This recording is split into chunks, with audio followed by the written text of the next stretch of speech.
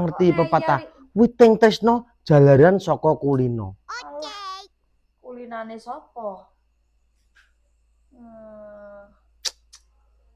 Kowe lungono sik wis kowe Jodoh-jodohke maraimu metok.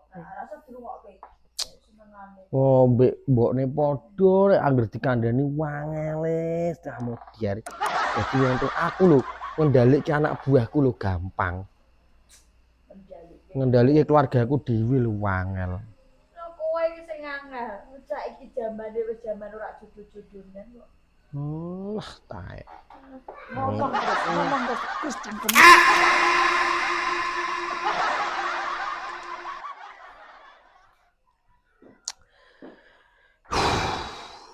Sampai kesel dhewe aku nek ngandani keluargaku. Ora ana wibawane blas, ora ana digugune blas, cangkemku ning gone bojoku ning anakku. Padahal aku anggar liwat ning njaba kono lho, wong do nunduk-nunduk. Wis ning kene rak kajen blas aku bajir tenan. Aku yo pingine wong tuwa ki entuk jodoh anake iki yo sing bibit bobote genah. Kanuragane apik. Mergone iki ning gone situasi kok ngene iki sing diandelke gur kuwi tok. Nek masalah bondo no wis daerahku wis nendi-nendi atensiku wis akeh.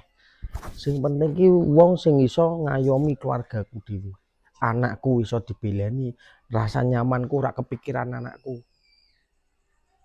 Ses Gusti piye lu ngeyakinke wong-wong kuwi.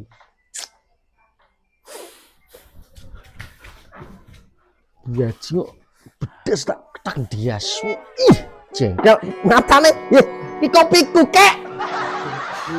Selok dhewe Raimu mlebu omahe juragane yo asalamualaikum kula nuwun sik po piye ngono. kopi dadak entek bareng tadi wis. Ih, Ngelao. ketoke kowe bedes jengkel aku.